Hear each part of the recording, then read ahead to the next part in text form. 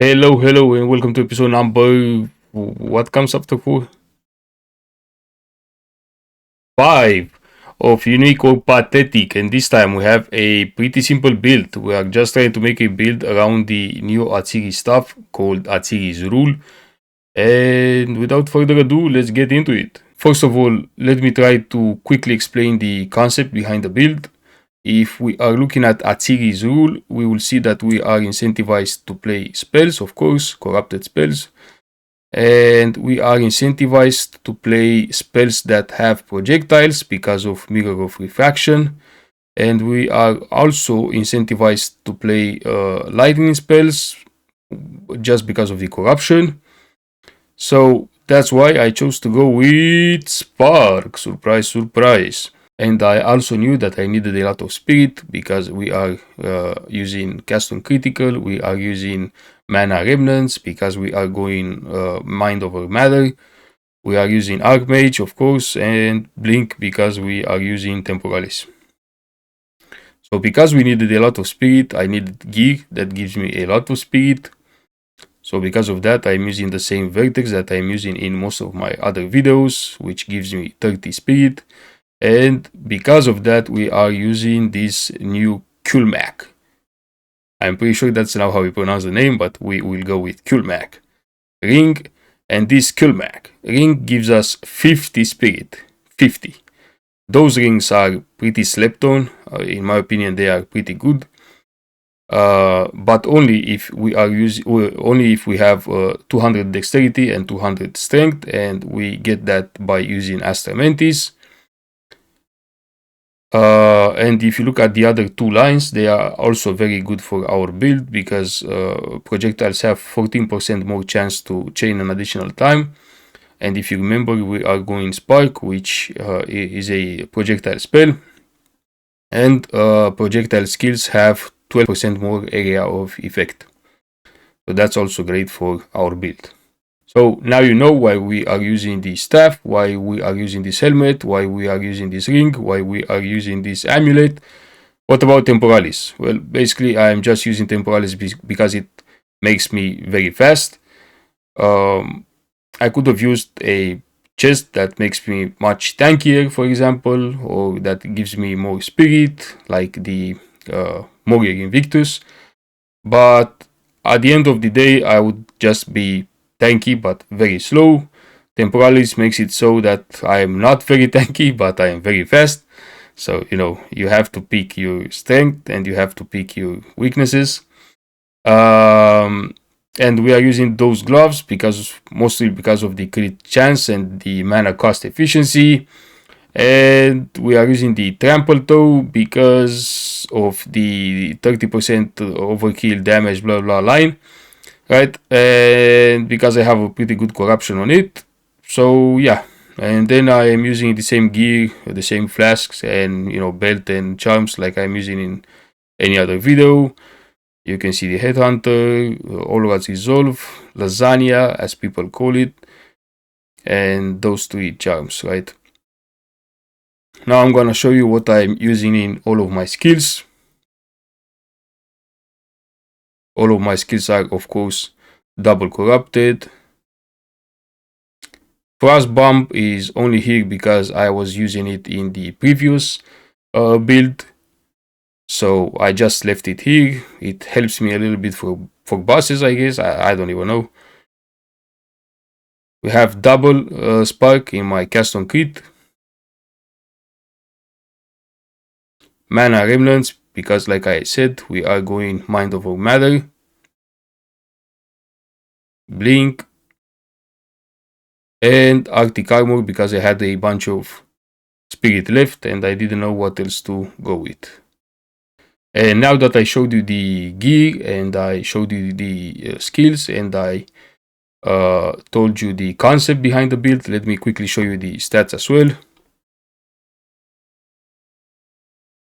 We are level 97, we are Oracle, we have a bunch of attributes because of Astra Mentis mostly. We are capped on resistances, we have almost 50% chaos resistance, which is great. We do not have a lot of life and mana, but somehow we are not dying. Well, somehow. Mostly because of Temporalis, because we are just blinking around. We have a lot of spirit. What else? My critical hit chance is at 25%.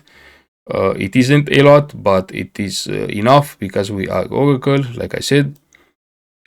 We do not have any rarity, sadly, and my critical hit, my critical damage bonus is at 281.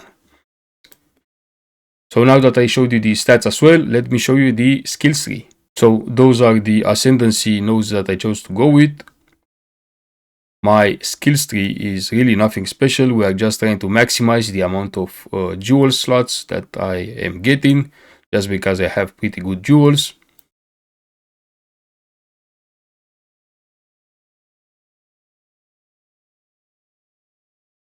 Like I said, we are going Mind Over Matter, we are going Eldritch Battery, and yeah. We are taking all of those nodes here, mostly because we are using this against the darkness that gives us extra spirit. But for example, this node is really useless for us.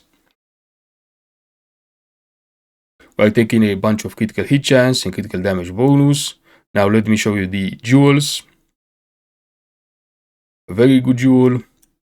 I showed you the against the darkness. I'm using this Heart of the Well. Another good jewel. Another good jewel. You'll see that two of my jewels have both recover maximum life and recover maximum mana on kill.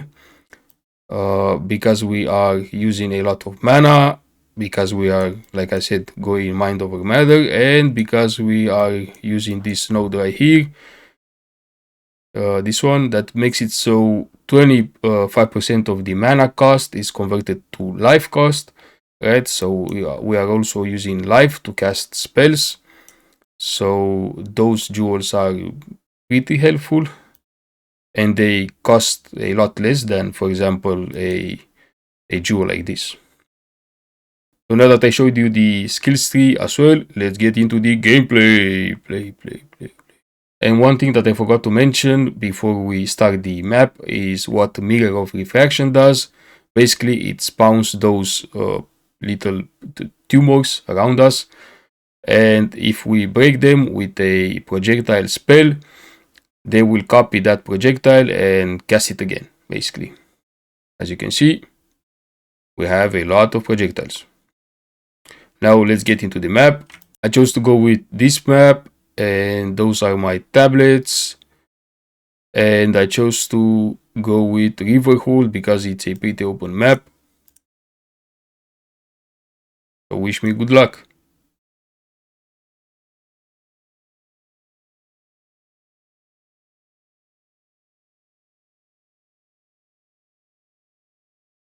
Fast as fuck, boy.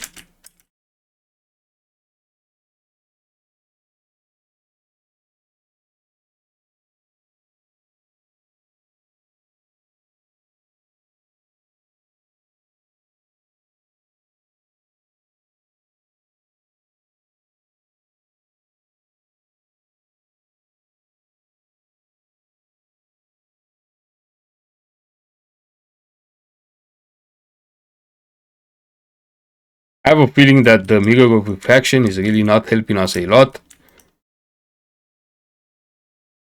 But at least the build is functional.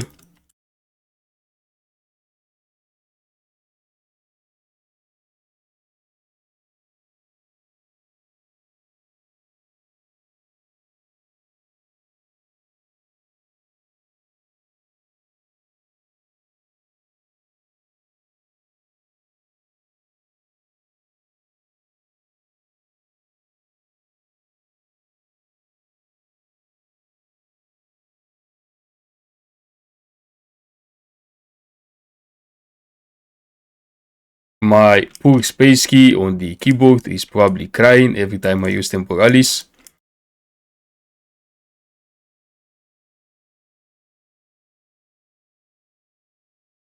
I'm pretty sure this build doesn't do very well with bosses, so I am curious to see how it will go. And we have a pretty dangerous boss as well.